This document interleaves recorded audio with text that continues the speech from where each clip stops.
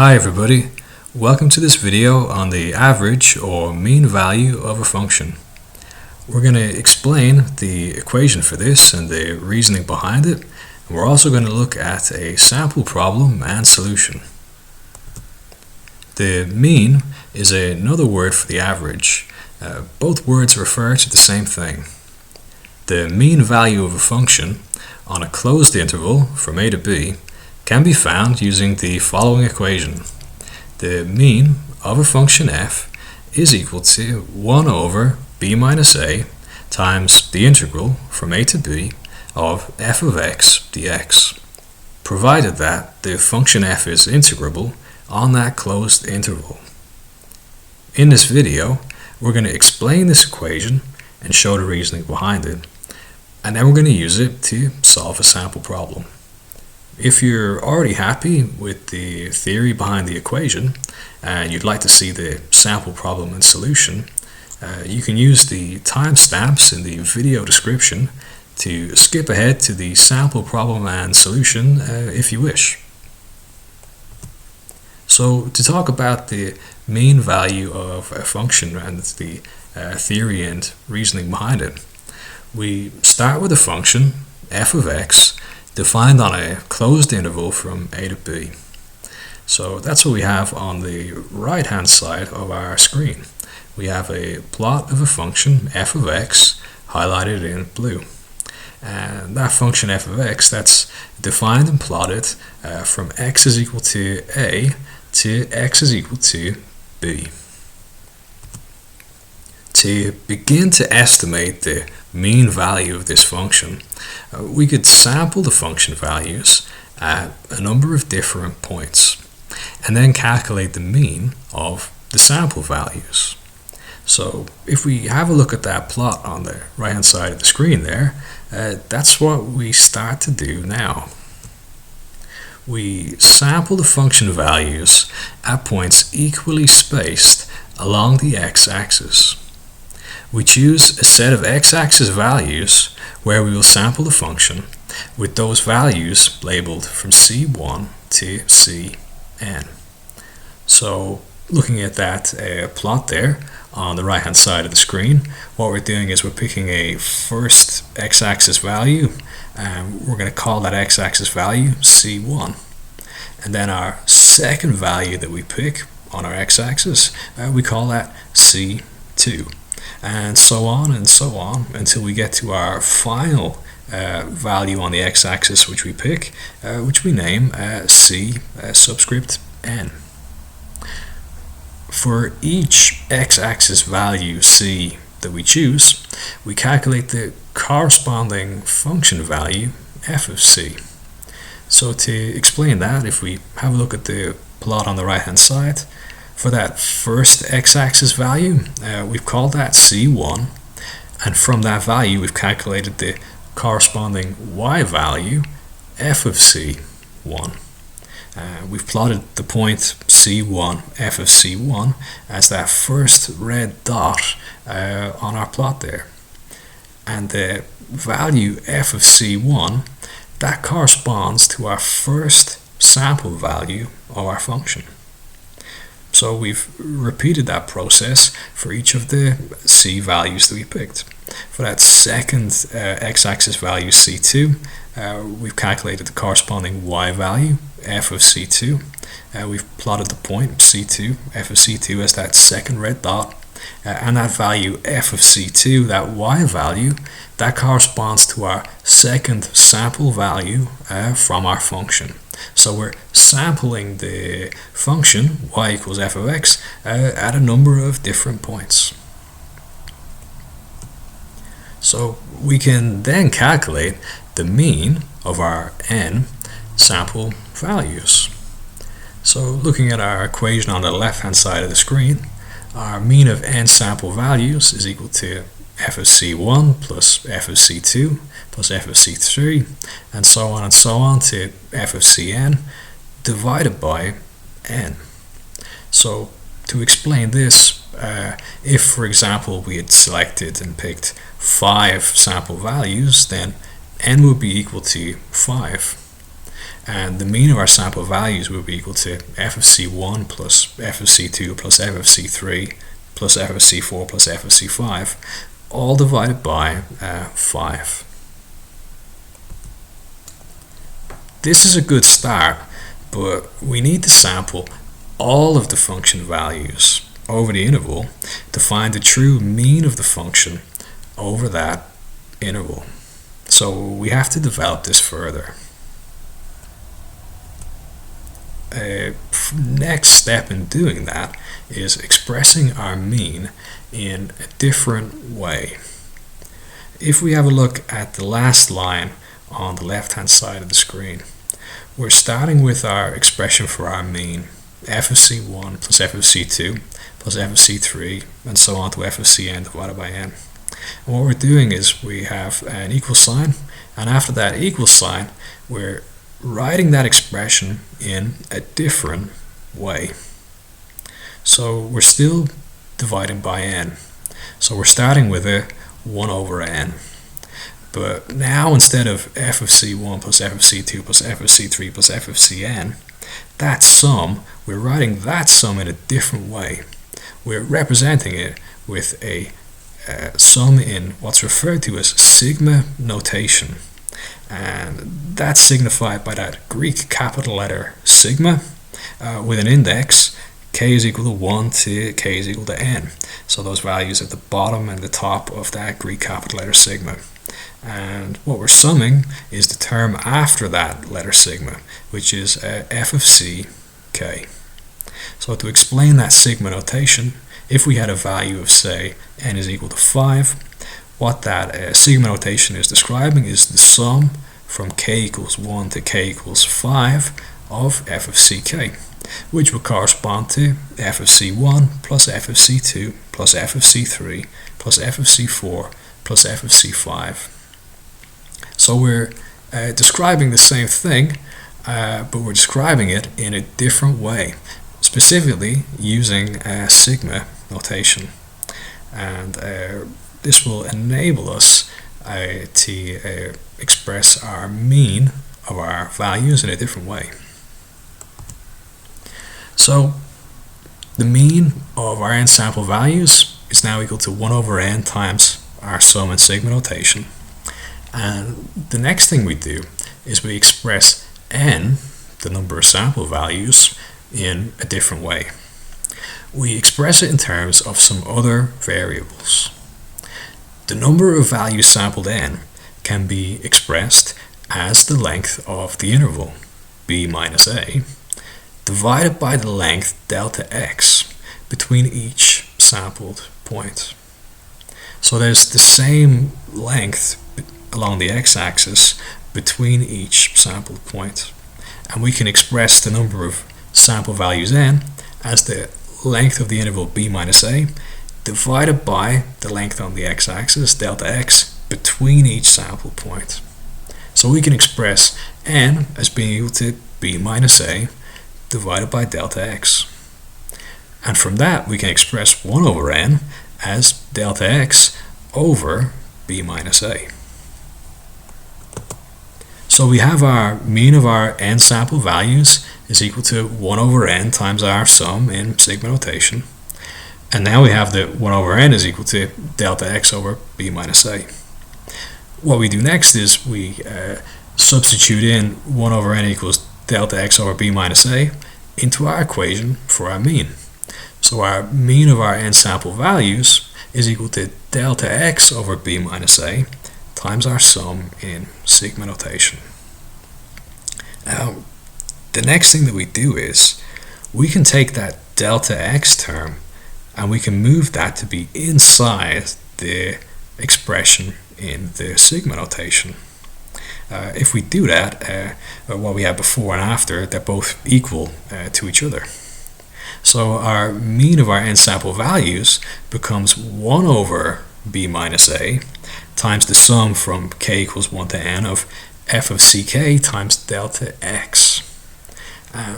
By writing our expression for our mean in this way is very useful to us, as we will see. So by expressing the mean in this way is very useful. We have our expression for our mean at the top of the screen there. And highlighted inside that red rectangle, that expression described by that sum and sigma notation, that's a particular type of sum. It's called a Riemann sum. And we can express the Riemann sum, we can express that as a definite integral. So we're going to quickly revise Riemann sums now.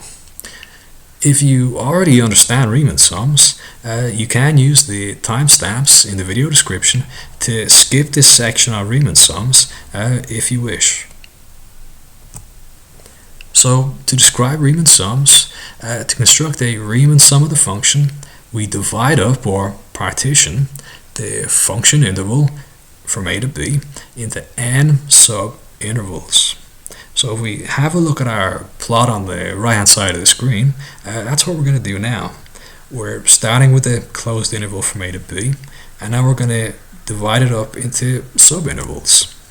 So we have our first sub-interval from x0 to x1, our second sub-interval from x1 to x2, and so on to our last sub-interval from xn-1 to xn. And we call the set p is equal to x0, x1, x2, and so on to xn. We call that the partition of the closed interval from a to b. The next thing we do is, inside each subinterval, we select a number from the x-axis. The number from the kth subinterval is referred to as ck. And we then make a rectangle from the base of each subinterval and the height of the number f of ck. And for each subinterval, we calculate the product, f of ck times delta xk. And this can be positive, negative, or zero, this product can be, depending on whether f of ck is positive, negative, or zero. So to explain that, if we have a look at the plot on the right hand side of the screen, we have our plot of our continuous function f of x highlighted in blue, and we have our interval from a to b. It's been divided up into a number of subintervals, x0 to x1, x1 to x2, and so on to xn-1 to xn. So for that first subinterval from x0 to x1, we've selected an x-axis value, and we've called that x-axis value c1. And then we've calculated the corresponding y value for that x-axis value, which we've called f of c1. And we plotted the point c1, f of c1, on the plot in a red dot. Then we've, for the second subinterval, we've selected a second x-axis value, which we've called c2. And we've calculated the corresponding y value f of c2 and plotted that point c2 f of c2 at that second red dot there. What we've done then is we've made a rectangle from the base of each subinterval and the height of the number f of ck. So for each subinterval, we've created these we've created these ck f of ck values. And as an example, for the first subinterval, we have that c1 f of c1 point, and we've created a rectangle at that first subinterval from the base of the first subinterval and the height of the number f of c1. And then for that second subinterval, we've created a rectangle from the base of the second subinterval and the height, which comes from f of c2. And then we've repeated that for each subinterval, giving us these rectangles all through the interval from a to b. And then for each subinterval, we've calculated the product of f of ck times delta xk. So f of ck, that refers to the height of a rectangle for a given subinterval, and delta xk represents the length of that particular subinterval. So for each subinterval, we're calculating the product of the height of the rectangle multiplied by the length of the subinterval, which is the base of the rectangle. And that product will be positive, negative, or 0, depending on whether f of ck is positive, negative, or 0. So the next thing we do is we take the sum of these products. The sum, s subscript n, is equal to the sum from k equals 1 to n of f of ck times delta x k. And this sum is a Riemann sum for the function y equals f of x on the closed interval from a to b. And its value depends on the partition p and the choice of numbers c, k. Because if we have a look at the plot on the right hand side of the screen, we can imagine that if we had partitioned or divided up that interval in a slightly different way, like say if we'd used shorter subinterval lengths or longer subinterval lengths, well then that would affect the value of delta x k, which in turn would affect the value of the product, and that would affect the value of the sum of the products. And also, if we had selected slightly different ck values inside each subinterval, well then that would have given us slightly different f of ck values for each subinterval, which then would have given us that would have affected the heights of the rectangles, and that would then also affect the value of the product, which would affect the value of the sum of the products, the Riemann sum. So that value of that Riemann sum, it depends on the partition p, how we're dividing up that interval, and it depends on the choice of the numbers ck within the subintervals. The Riemann sum has a limiting value as the lengths of the subintervals approach 0. The limit of the Riemann sum of the function as the norm of the partition approaches 0 is the definite integral of the function. So the norm of the partition, if you haven't seen or heard that term before, that refers to the length of the longest subinterval, and it's written as that capital P between two pairs of parallel lines. So if we have a look at the plot there on the right hand side of the screen, what we're doing is we're reducing the length of the subintervals. The subinterval lengths, they're approaching 0. And as the subinterval lengths get closer and closer to 0, the rectangles approximate the region between the curve and the x-axis with increasing accuracy. And as those subinterval lengths approach 0, the Riemann sum has a limiting value. And the limit of the Riemann sum, as the subinterval lengths approach 0, that is the definite integral of the function.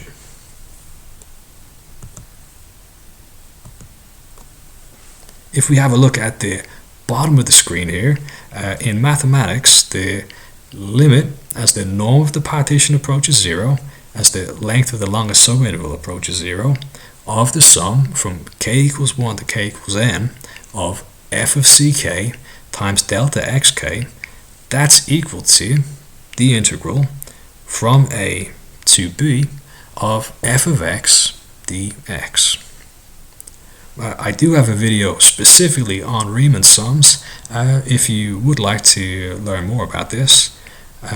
In this video, we're now going to return to our discussion of the mean value of a function.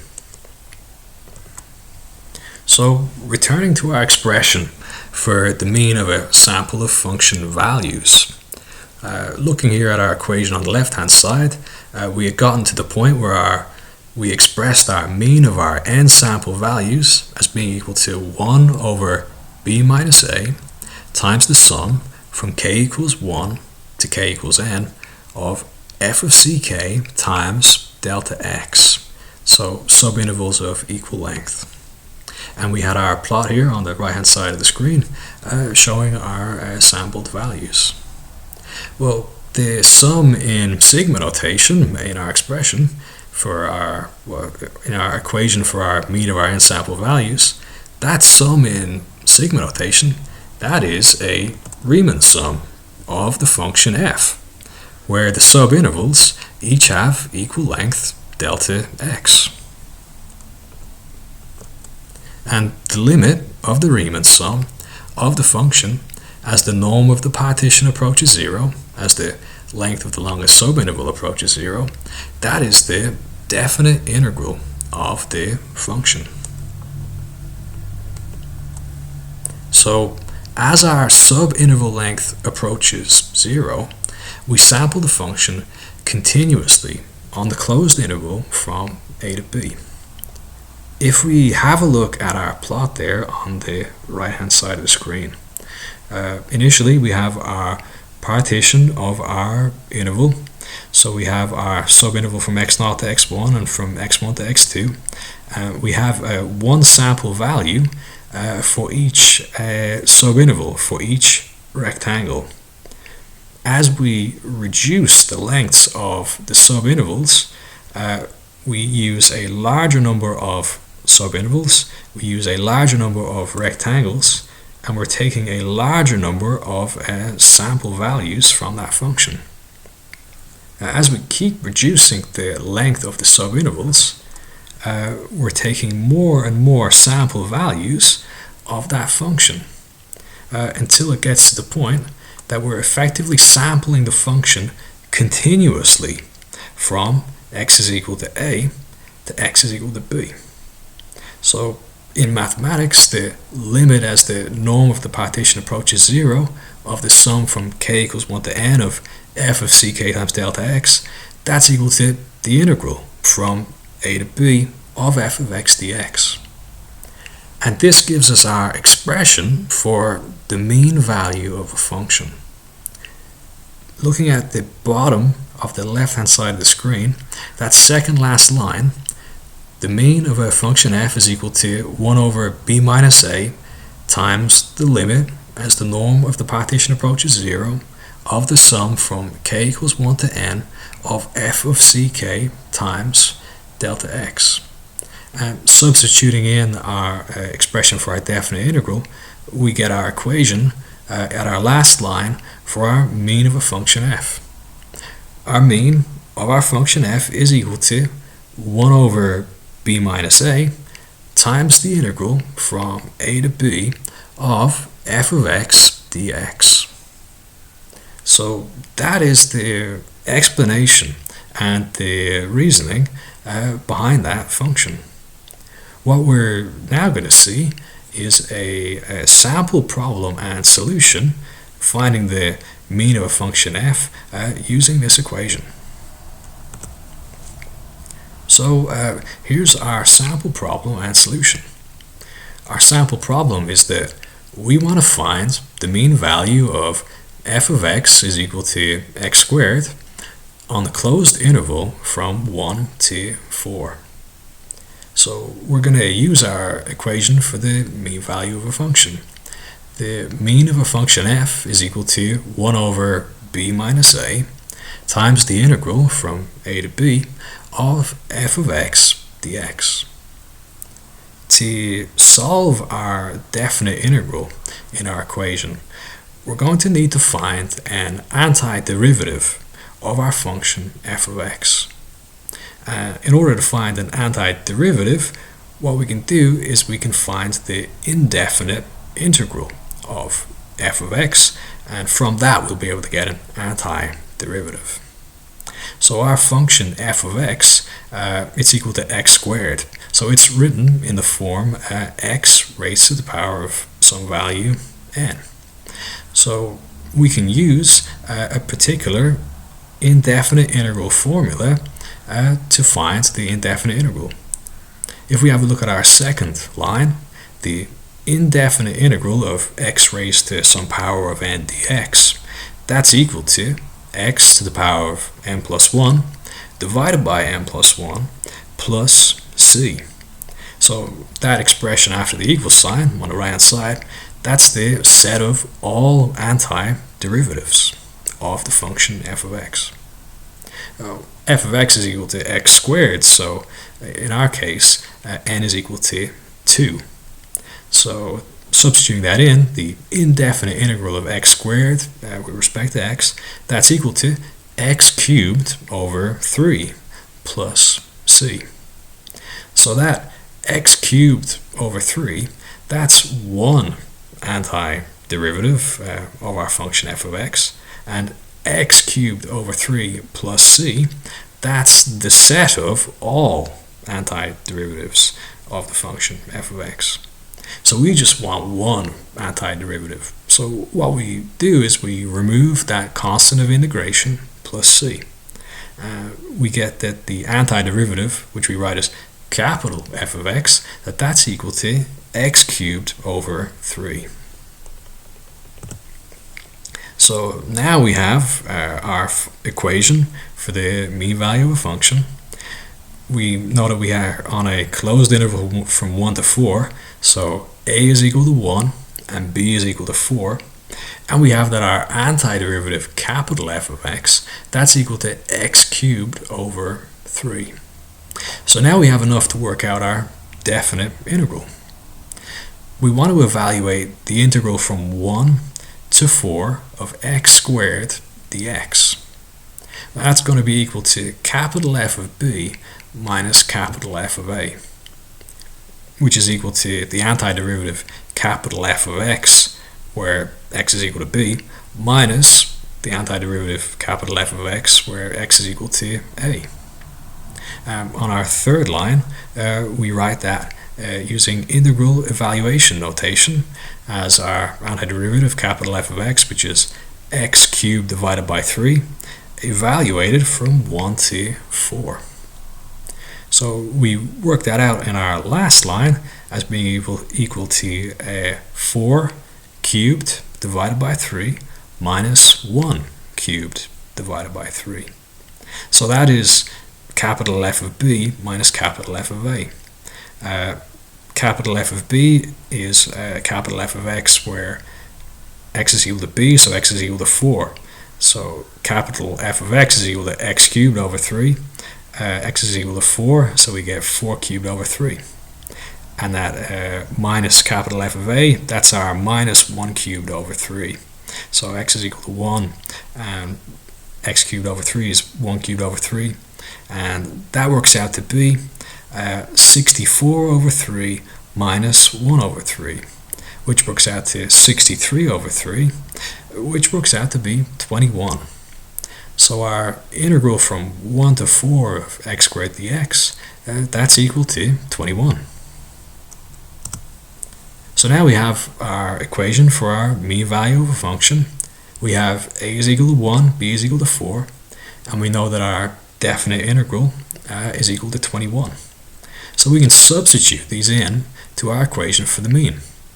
So our mean of a function f is equal to 1 over 4 minus 1 multiplied by the integral from 1 to 4 of x squared dx, which is all equal to 1/3 times 21, which is equal to 7.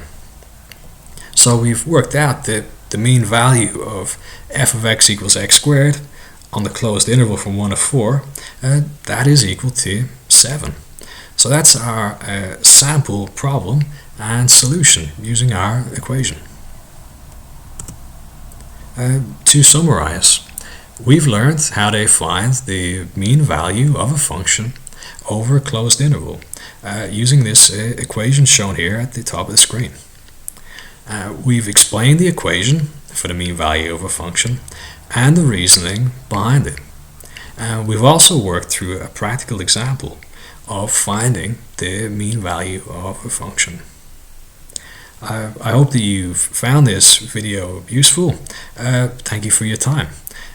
If you are finding this content useful and would like to see more, please do subscribe to this channel.